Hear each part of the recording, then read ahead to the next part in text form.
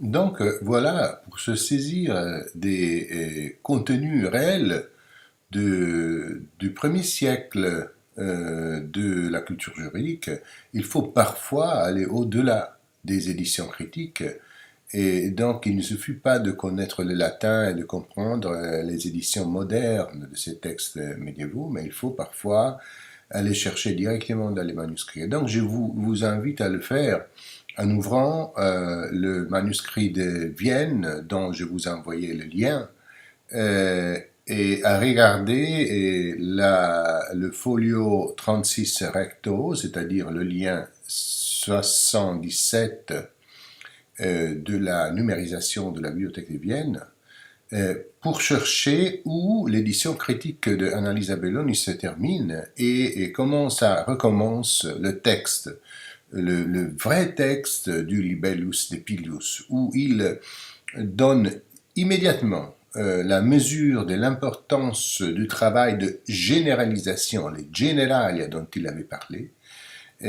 qui sont nécessaires, indispensables pour le travail typique du juriste, c'est-à-dire de cadrer la réalité dans les catégories abstraites construites par le droit,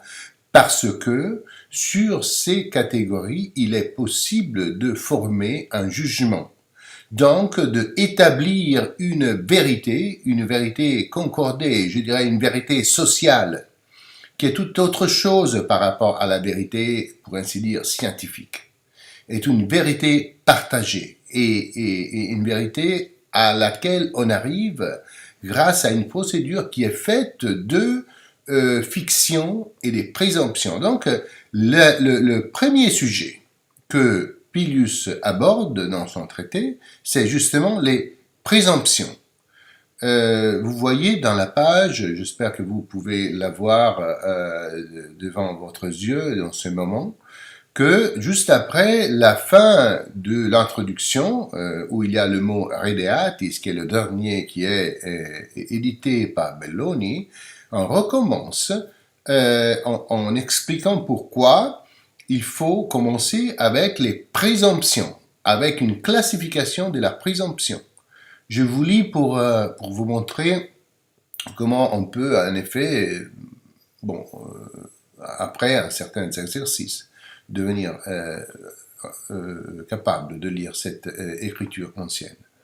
Quoniam cupide legum juventuti circa disputationes et litigia causarum constat tractatum, illum esse utilissimum et per necessarium, qui de presumptionibus vulgo intitulatur, maxime cum super incerto aliquando contingit dubitare.